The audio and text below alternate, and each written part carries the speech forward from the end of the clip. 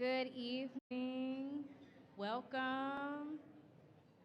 Beautiful faces. What a beautiful crowd. Give yourselves an applause, a hand clap. Welcome. Welcome, y'all, to our 8th annual, can you believe it, Evening of Choice event for Choose 180.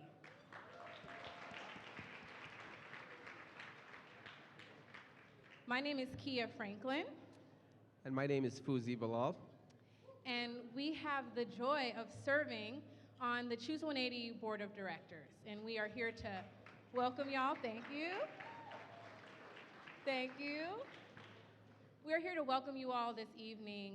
As I look out at this crowd and the beautiful diversity that is represented in this room, I'd like for us to start with some acknowledgments.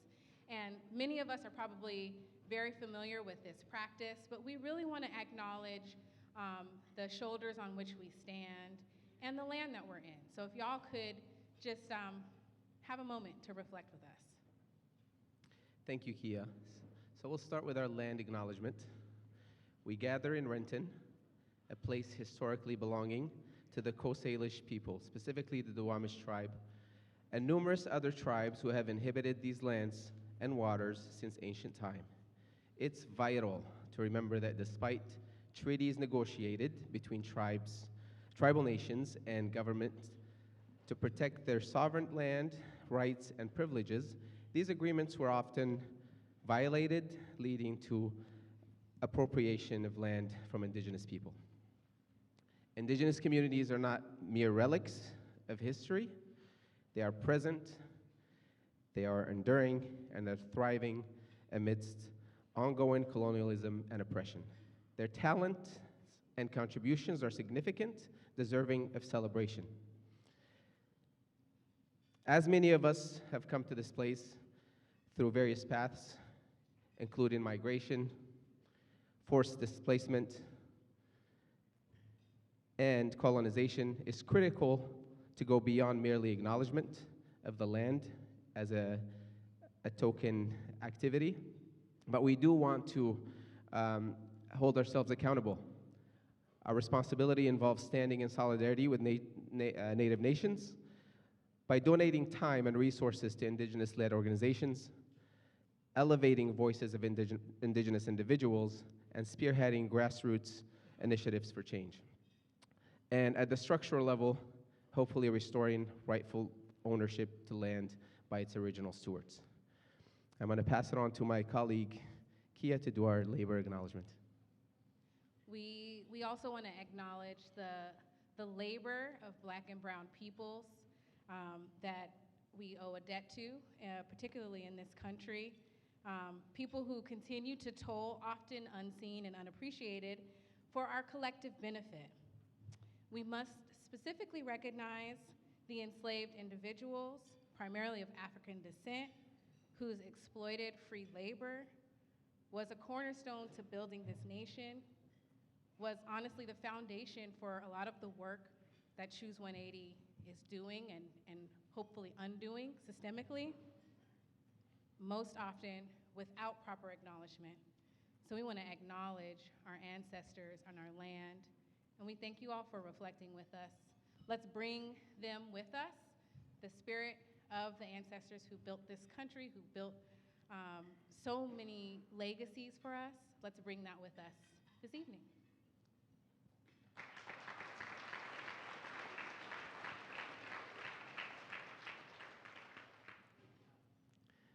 Thank you, Kia. So as we kick off our evening, we want to learn a little bit about the history of Choose 180. So we're going to invite a special guest to tell us a little bit about that. But prior to engaging in a discussion about Choose 180's history, I have a little bit of history about this special guest. So, we're going to do this. So, Sean, come on up here, Sean.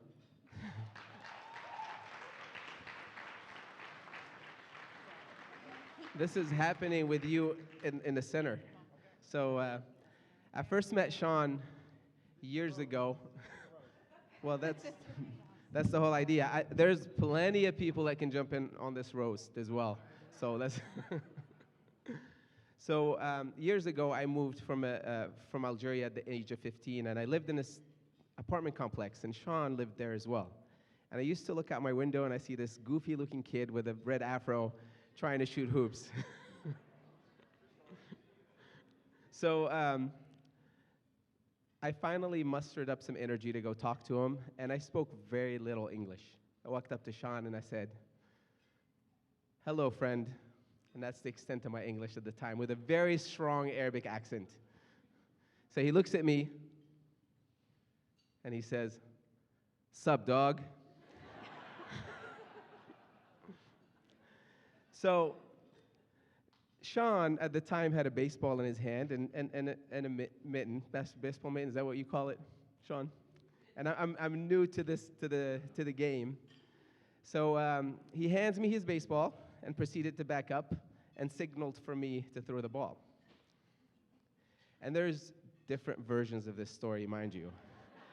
I like to stick to my version of the story. So I threw the ball, and Sean had his hands up, and it went right through his hands and into the blackberry bushes.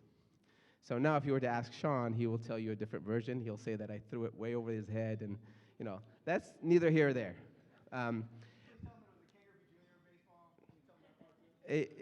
Yes, it was that part. So I owe him a baseball at some point. But the reason I'm telling you this story because I have a great deal of respect for Sean. Not only the work he's done for Choose 180 to develop that vision, to lead the organization to where it is right now, but also his ability and his passion about doing good is an inherent trait, and I admire that so much about him. And he provided a friendship for me at a time where I was very vulnerable and made me feel welcome.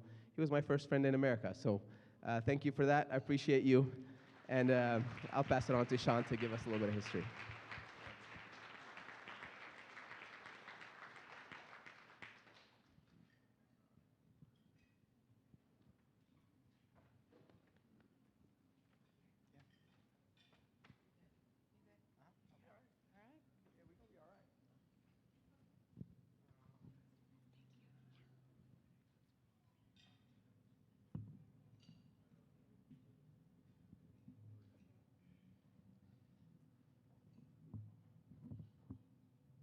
I remember sitting in the conference room at Emerald City Bible Fellowship, surrounded by Jimmy Hung and Donnie Griffin, Al Belton, and Doug Wheeler, Sarah Lewington,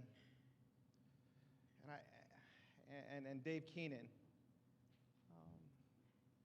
And I had showed up for this interview. Steve Burry was there too. I showed up for this interview.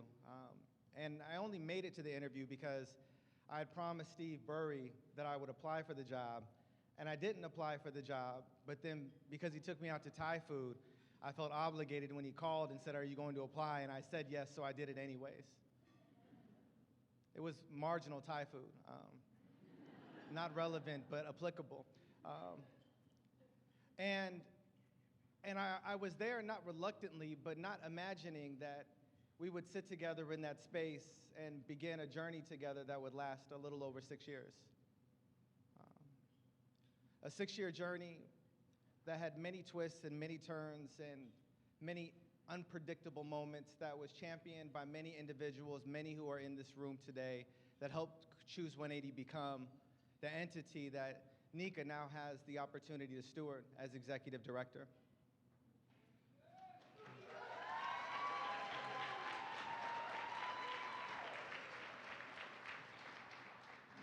But none of this, none of any of this, none of these chairs that are perfectly positioned around these tables, none of the food that you're enjoying that came from the buffet, none of the drinks that came from the bar, none of the branding, the logos, these colors that I'm grateful I finally have an excuse to wear again, none of these things exist without Doug Wheeler.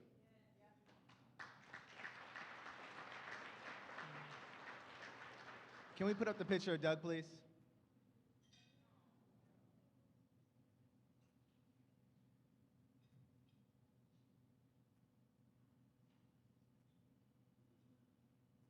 In 2011,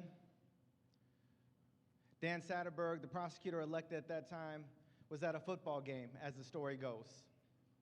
And he came up to Doug because he was looking for some sort of a solution that didn't involve mass incarceration as it pertained to supporting young people in the community. And Doug had worked closely with system partners for a very long time, so there was a relational equity that was established there, and a mutual trust and admiration and a commitment to seeing things differently.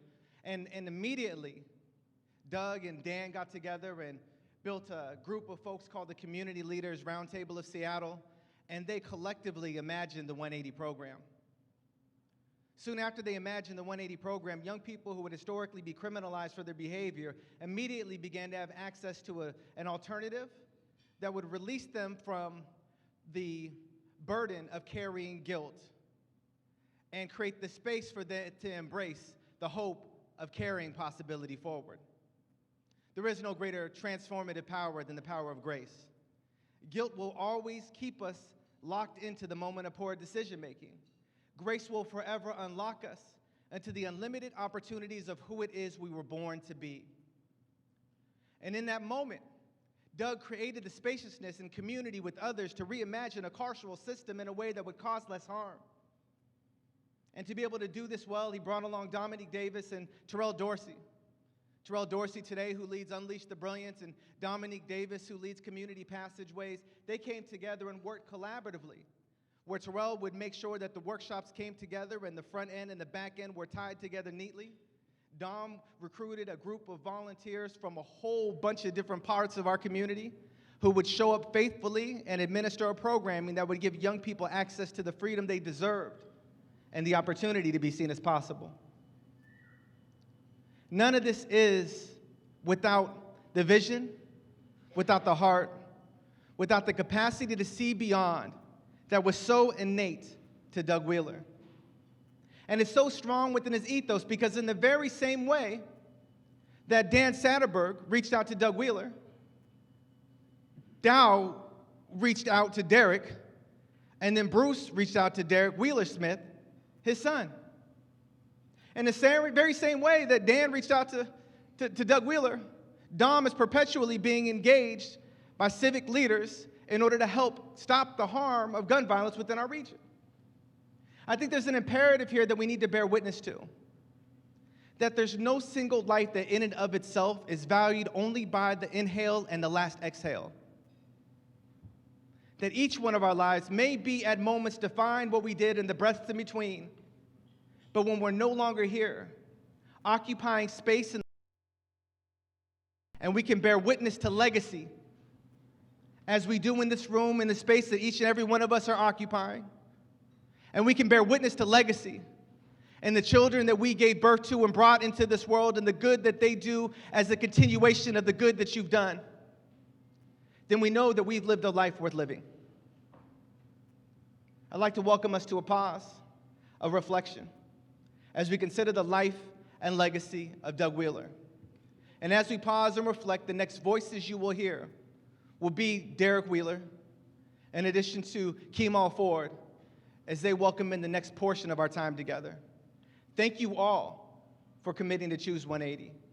And thank you all for being here and sitting in remembrance and reverence and very deep appreciation of the legacy that is Doug Wheeler. Thank you.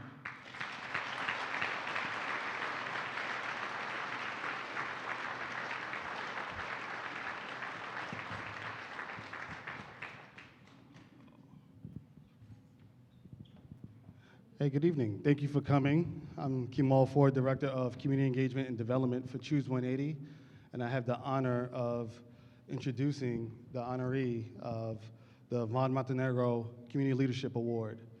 Von worked here earlier on, and when you had discussions with co-workers, his family, the things that came up were he was a great listener, a hard worker, and a leader. But the things that Von valued most was family and community. And I think that's what we're all here, that's what brought us here together, is family and community, and making that connection. And with the honoree, I think that works well with her because she's a great a great leader, a great facilitator. She's also facilitated our diversion workshops pre-COVID. Now she's also still coaching. She's doing coaching and still facilitating for collective justice. And this nominee right here, she has no idea, but Miss Kathy McCoy is the winner is the winner of this year's award. You can come up. I'm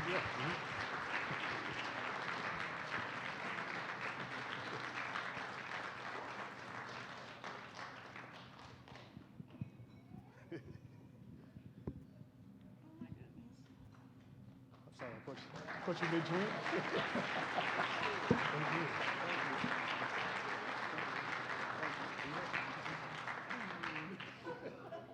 I'm so shocked. I'm just going to say Choose 180 was a choice that I made that changed my life. And I'm forever indebted to Choose 180. And I always say I'm part of the OG crew. And so I'm more than honored to carry this and to continue the work that Choose 180 did inside me, outside in the world. So thank you.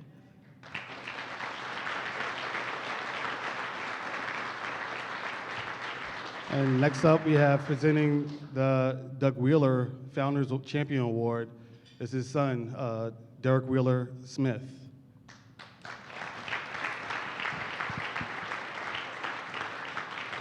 Good evening.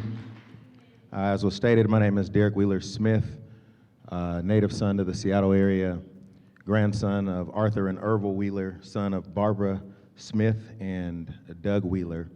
And it's an honor to be here tonight to present this award on behalf of Choose 180 and the magnificent work that is being carried forth.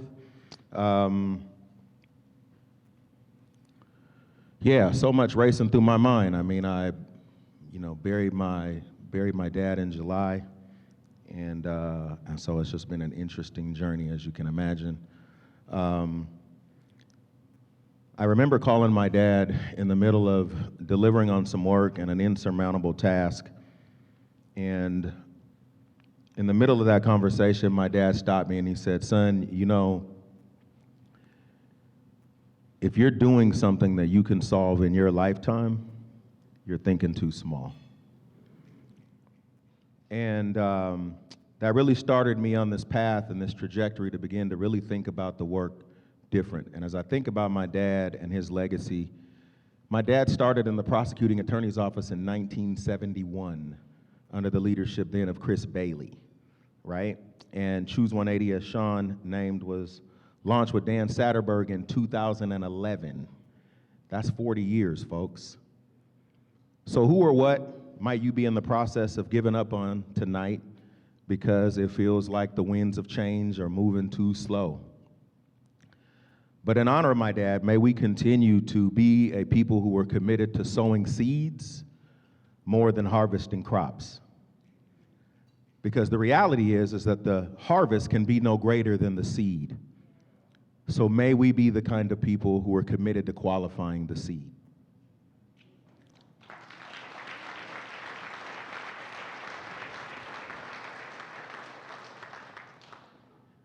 Tonight, the organization receiving the award embodies the same community-minded characteristics.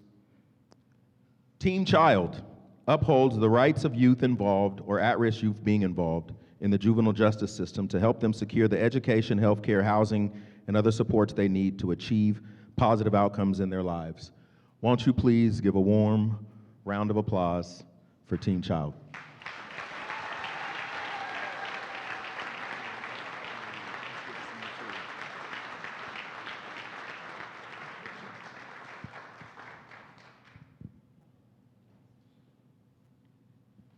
I was really deeply humbled and grateful when I received notice that Team Child was going to receive this award.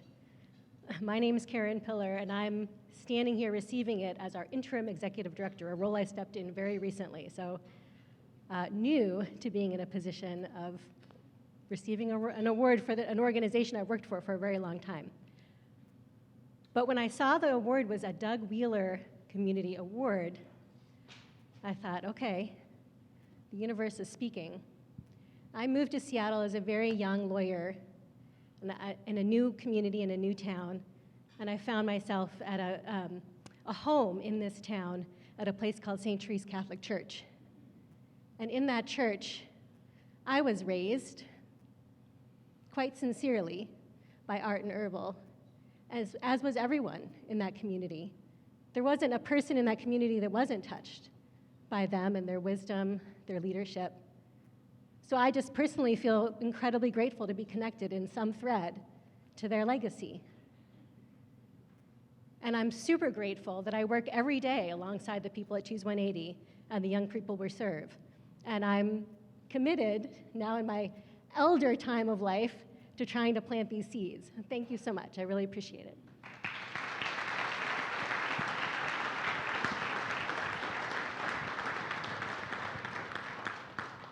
I want to thank Kathy and Team Child for their possibilities that they create. And now we're going to watch a short video on our team and their pathways. It's produced by RG Pro. I'm going to read their mission. It's produced by Remove the Gap Productions. It's a local program supporting and uplifting careers of young girls, women, non-binary, femme, trans, and non-gender conforming filmmakers. Enjoy the video. Imagine a community untouched by gun violence, where every young person has what they need to succeed. Things like counseling or mentorship, where systems are transformative and not punitive, and where problems aren't problems, they're possibilities. At Choose 180, we believe the pathway to justice will take all of us.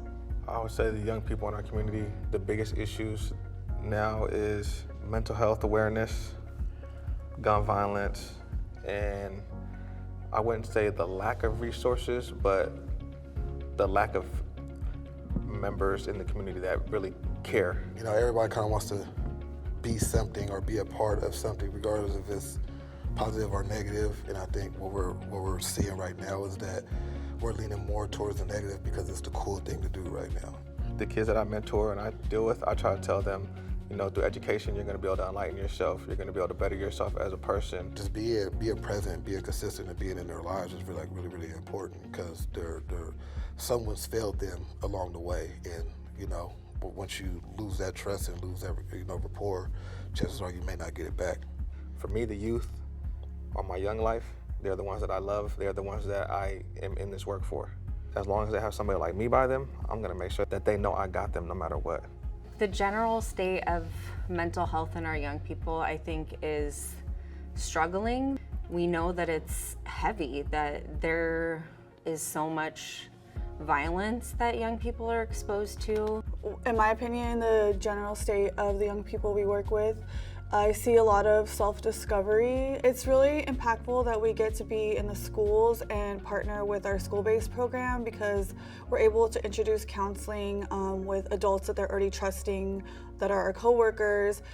Counseling is a good way to teach people how to cope and how to deal with hard situations in a way that's not gonna impact them in a negative way. My hope is that every young person would realize how important they are. We just want to be someone that's going to be there for them and love them through their struggles and let them see that they don't have to be dismissed or silenced and their voices are important.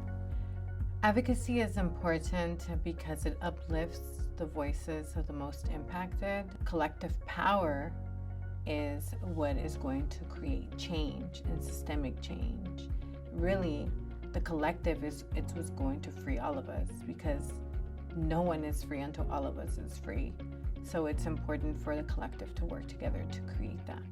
Community members should care about youth issues, not only because the youth is literally the future, not only because of that, but because we all of us in this society have a responsibility to take care of our young people, have a responsibility to create systems that are going to uplift them. We have a responsibility to take care of our young people. We continue this pathway because possibilities spark hope, a hope that ignites belief, and a belief that inspires young people to envision beyond their circumstances and into their possibilities. And the truth is this: the health of our young people mirrors and shapes the health of our community, our systems, and our partnerships. We don't have to dream of a better future. We can create it.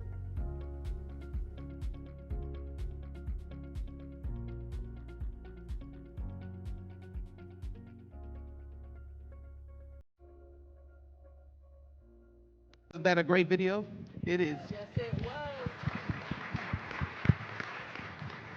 It is great to see all your smiling faces out here tonight, some familiar, some unfamiliar, but I'm Michael Witherspoon, the Community Engagement Manager here at Choose 180, and I hope to connect with all of you. That's right, yeah. And I hope to connect with all of you sometime soon so that we can collaborate to make better possibilities for our young folks. On this stage are people who are deeply connected to the work, deeply connected to Choose 180, and making pathways to possibilities a actuality for our young people. I'm gonna allow them to introduce themselves. All right, my name is Sha Diamond. I was a past program participant in the Youth and Young Adult Advocacy Program with Choose 180 the past school year, the 2023-2024 school year. So it's nice to be here, and I can't wait to talk and share a little bit with you all about myself. Good evening, everyone. My name is Jimmy Hung. I am the Chief Juvenile Prosecutor for King County, but more importantly today, I am the second longest tenured board member of Choose 180, which I'm incredibly proud of. I'm only second to Judge Keenan, who I'm trying to take out at some point, but he's pretty resistant. Hey y'all, my name is Nika. I use she, her pronouns, and I'm the Executive Director of Choose 180. So in the video, we heard our folks who work for us talk about the challenges faced by young people in our community. Nika, how about you start us off? Can you talk about the pathways to possibilities that we're creating as an organization and the next steps that are coming for Choose 180 to make this a possibility? Yeah, thanks, Mike. Well, first, can we just give a shout out to Remove the Gap Productions for that amazing film? That is, yeah, please. That's a mentorship-based production company working with young folks. And when we talk about possibilities and pathways and young people, you know, that's a perfect example. This is the first time I've had the mic tonight, so I'm going rogue for a second. I think my team knew that was going to happen. Before we get started, I'm going to do that thing. If you're a staff member or board member, and for the first time tonight, we have past and present participants in the house, can you please stand up or raise your hand and truly, I know y'all are out there. That's right. Give these folks a round of applause. Yes, thank you. Yes, thank you. You know, yes, truly. You know, the work we do, y'all are the heart of what we do, and truly we would not be here outside of, yes, Doug Wheeler Jr., our board, or things like that, but our staff, our participants, our board, y'all are the reason we do this work. So thank you. One more round of applause, and thank y'all. Thank you, truly. Thank y'all. You know, Mike, when I think about Choose 180 and when I think about pathway and possibilities, my mind goes to a couple things. First, it's understanding where are we at, right? What's around us? And equally important, my mind goes to where are we going and with who, right? The second thing that comes to mind is our core. And for me, when I think about core, I think about our staff and our board. And over the last 10 months, we have done some tremendous work to really understand the current state of our agency, current state of where our community is at, both at a local level, at a regional level, and most importantly, what's the current state of our young people, right? And in doing that, you know, we also understand that we have to consistently understand what's the impact and the effectiveness of our programming. And equally important, how can we strengthen and sustain that programming for our young people? As many of us know, Mike, these last 10 months, our community has seen a dramatic spike in gun violence, specifically within schools, as well as youth-involved crime, right? And in response to that, our team, in collaboration with young people, in collaboration with our community partners and our system partners, are really trying to understand what additional support is needed so we can kind of go a little bit more upstream, right? And equally important, where do we need to be, right? Oftentimes, too, when we think about violence, right, we think of it as the act right now, but violence is a symptom of social factors, right? When we think about our young folks, oftentimes when we're working with young folks, our program director, JJ, shout out to JJ, y'all saw him in the film, that's right. Yes, he often says we get a young person for 1 hour, maybe 2 hours of the day, and then there's another 23 hours that this young person has to experience. And so when we think about violence, it's a symptom of a root cause of something else. And that is typically, under-resourced communities, family dynamics, poverty, it's typically that. And so the work that we've done over the last 10 months is really to understand that, right? Really in an effort to understand how we can strengthen our programming if we understand and go a little bit more upstream, though I'm not really crazy about the upstream context. But in doing this, though, what we've come to understand is the need to expand our programming and really lean into a more holistic wraparound approach for our young people. We understand that our pathway, we will have to stretch it in order to truly meet the needs of our young folks, our community, to really come along with our system partners. And so in knowing this, though, I am excited to share that in 2025, we will be expanding our programming into Pierce County. Yes, we have some phenomenal Pierce County folks in the house today.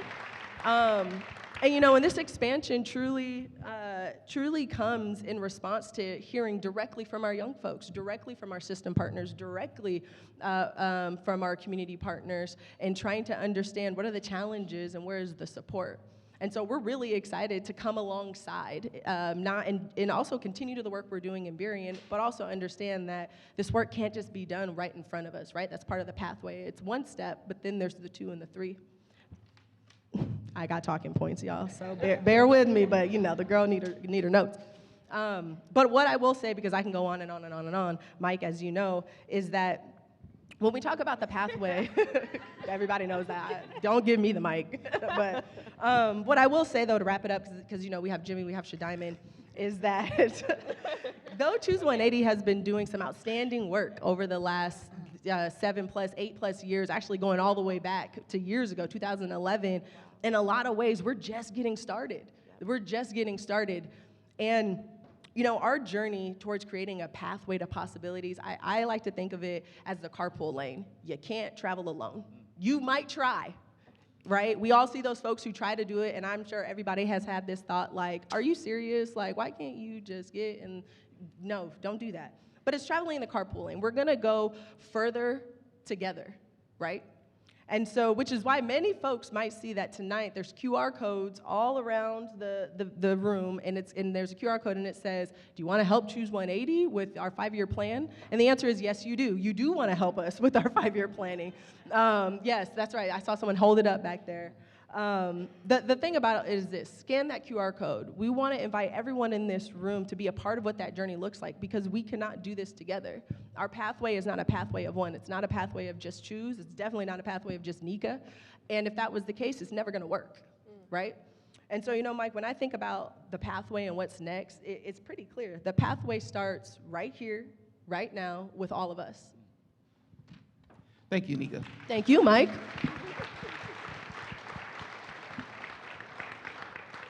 So, Jimmy, we hear Nika talk about partnerships and partnering with systems.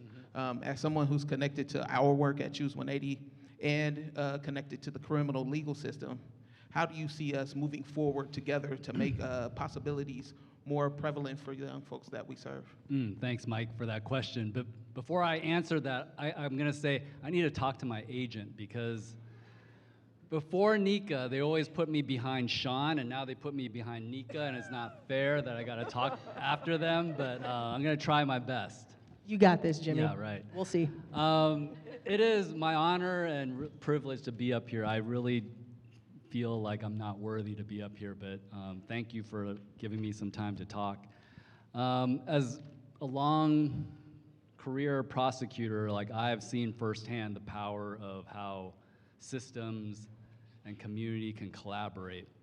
But what I'm here to say is that all sounds great, but that's not enough. Like you need to demand those who hold positions like mine. It's not about just collaborating. You need to share power. All right? Yep. Because what collaboration too often looks like is people with my title saying, hey, I have some money, I want you to do this. And what I am here as evidence of is that does not work, right? Because once that money dries up, then the community is left high and dry. The beauty of what this organization started from, and as Derek talked about, it was the seed of a person who had the humility to say, we can't solve the problems in the system and we need to give power to the community. And that power and that inspiration was given to Doug Wheeler, and Doug Wheeler and the community came up with the seed that spawned this amazing organization, right? And because when it's the system telling the community what to do, it's people like me who don't have the lived experience of the amazing, brilliant people in this room who know the community, know these young people, know the families, know what they need. And most importantly, you are there 24/7. I collect a paycheck.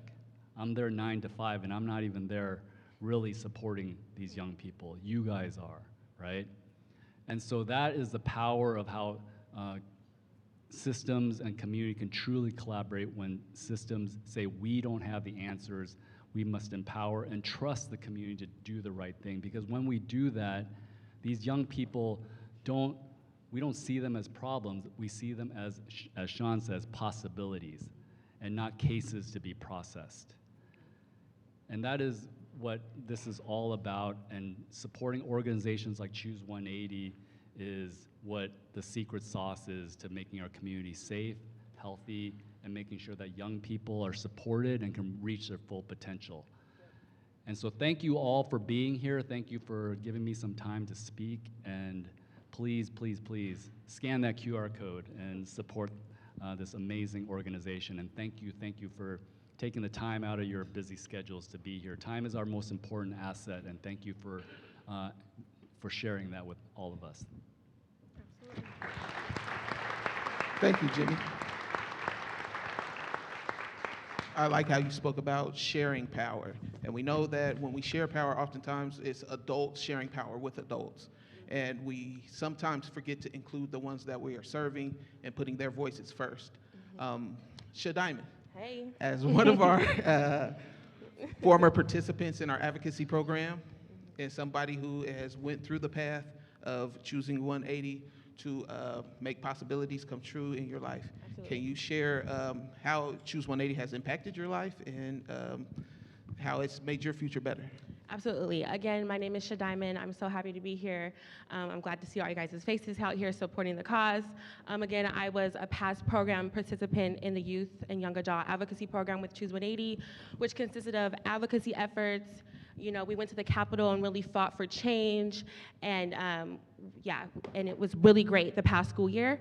And I just wanted to talk a little bit about my lived experience with the juvenile justice system and be a little transparent with y'all, just a little bit. I was 14 years old when I was first introduced to the juvenile justice system. It was, a situation between me and someone close to me, and I remember, police being called, me, 14-year-old me, trying to get my point across, and, that's kind of hard when you're 14-year-old girl, and, there's heightened emotions and everything, and then next, I'm handcuffed and going in the back of the sheriff's car. And in that moment, I didn't feel seen, I didn't feel heard, I didn't feel like, I felt like I was undermined and undervalued in that moment. And some may say, well, that's objective. And it may be objective, but that's what I felt. And when I look back at that situation, I still feel that way. I'm 23 years old, so 9 years ago, 9 years.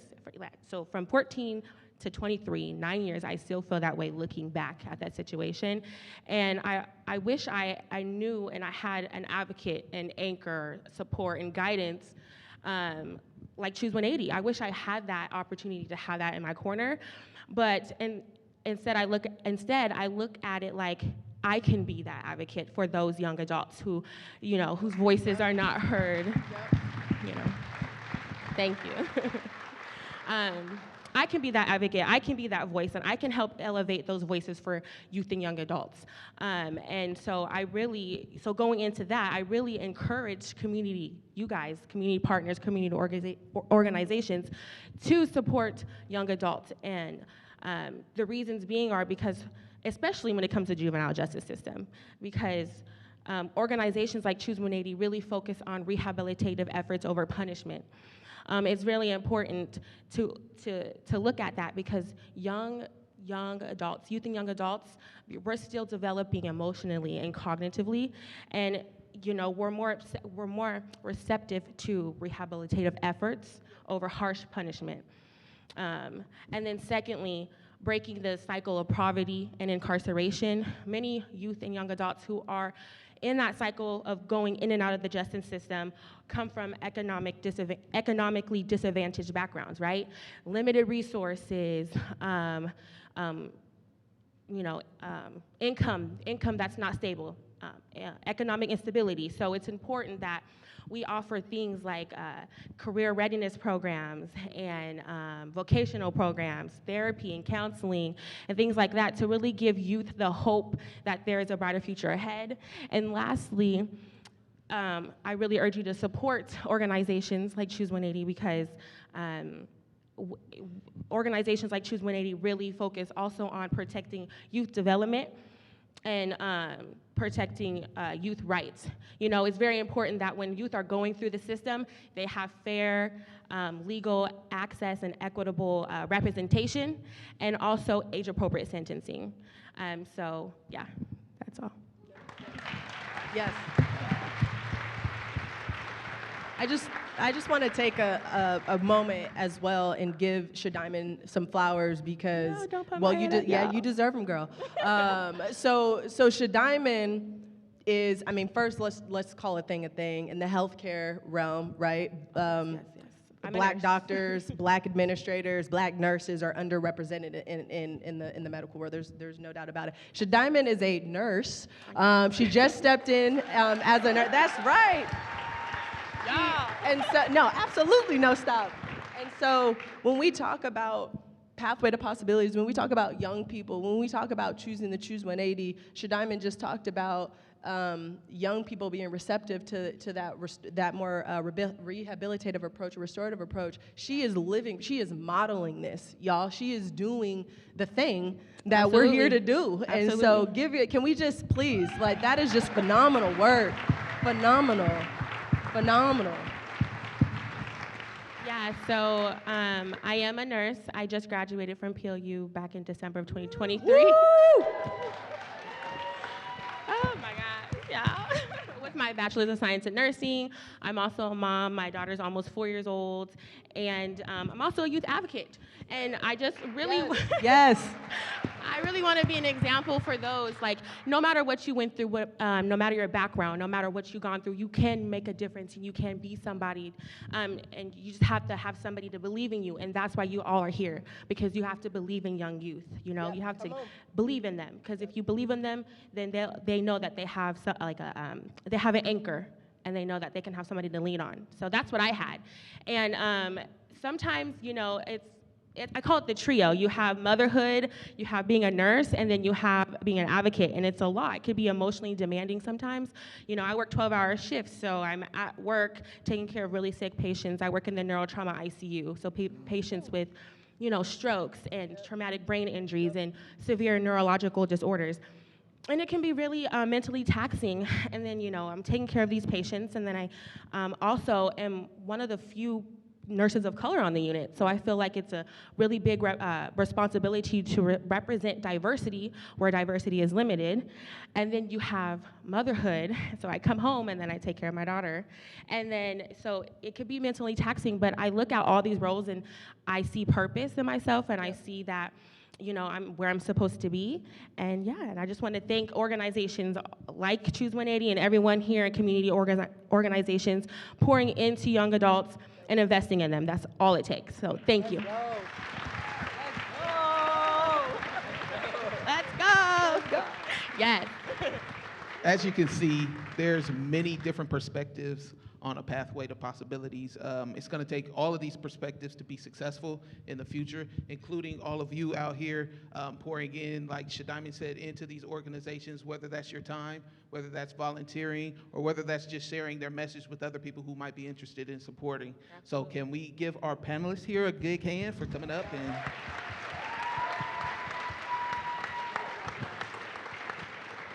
And we will move forward with our program and bring our beautiful host back to the stage.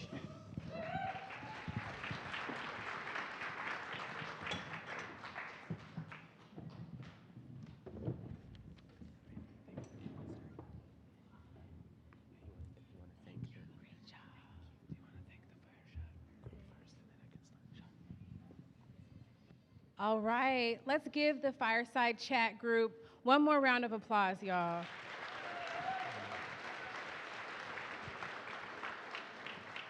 Thank you again for joining us, and thank you for being here. We are, as you know, our panel asks for your support, and we're here to ask you again for your support. So on your table, you have the QR code. Thank you very much. So feel free to scan the QR codes. You also have these cards here, and this will give you an opportunity to also donate and help us support our cause. You can do cash or also digital, your digital QR code as well is listed in here. So we thank you, we appreciate your support, and I hope you're having a wonderful night, and I'll pass it on to my colleague. Thank you, Fuzi. Thank you all for choosing to be with us this evening, for really believing with us, believing together in possibilities, and being a part of this journey that we are all on to create these pathways to possibilities. We want to thank the Choose 180 team, the amazing Choose 180 team, for putting together this beautiful event. And I got to shout out Jayanna and Kemal in particular. Gotta shout y'all out. Fantastic work, you all. We want to thank our panelists. We want to thank Shadiman. Thank you so much for sharing your story, your vision. We are so honored that we get to benefit from your leadership in the community and such important service work that you're doing in so many ways. We want to thank Jimmy for just riding. Judge, watch out. He's publicly stated he's coming for you. But thank you, Jimmy, for just your leadership and for really kind of hanging in there with us for the long haul. We want to thank Michael for an excellent facilitation, just really beautiful engagement. And our colleagues, our board members as well, who do a tremendous amount of work behind the scene to support this organization. So if you could please stand up for us, our board members in the house, and let's give them a round of applause. Yep.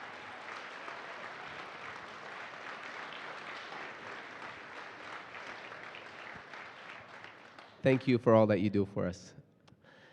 Oh, you go ahead. We want to thank Sean. We want to thank you for, speaking of legacy, for all that you've poured into this organization, for inviting us in as board members. I think it was the 2017 Evening of Choice that my dear friend Sean invited me to over at the PacMed building. And it was transformative. It turned into an opportunity to attend a workshop, which turned into an opportunity to go to the basement of ECBF, Emerald City, and meet with Mr. Wheeler, meet with Jimmy, and have conversations that really do embody this conversation about possibilities. That framing has stuck with me and has informed just so many things in my life personally, career, et cetera. But the fingerprints of that frame around possibilities, we can see those fingerprints in all of the work that's still happening in the work, and so we just really appreciate you. Thank you for being here to celebrate and to pass the baton to our amazing new executive director, Nika. Sure.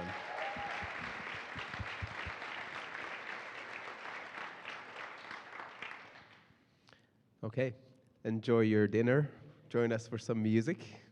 In about 15 minutes, About 15 minutes, no. we are going to do raffle prizes. And so we would encourage you, if you have not yet gone and taken a look at the amazing, some really good items, y'all. So make your way over there. And actually, we would really be remiss.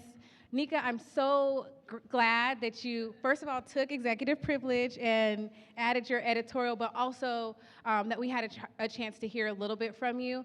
But we want to also just thank you. You know, I think there's a theme here tonight around both legacy and future. And Shadiman, I feel like you kind of captured it, talking about the past and then talking about the future that you've built. And Nika, I want to say I personally have just been so honored to work alongside you, but I think I speak for the community, the Choose 180 community, when I say your unique vision, your unique spin. I think you just said it in the video that it's not about dreaming the possibilities, it's about creating them. And so we are so excited for what you are going to help us in your stewardship to create. So thank you so much as well.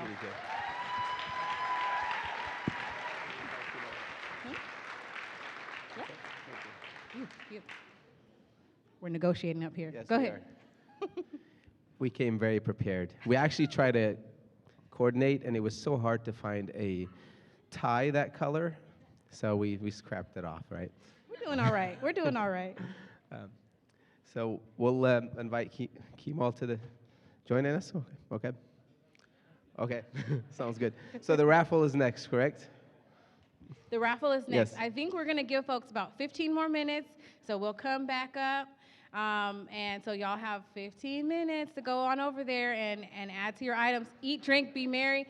And don't leave tonight without having connected to someone that you don't know already, okay? I'm going to hold y'all to that. Have a good evening. Thank you. Have a good evening.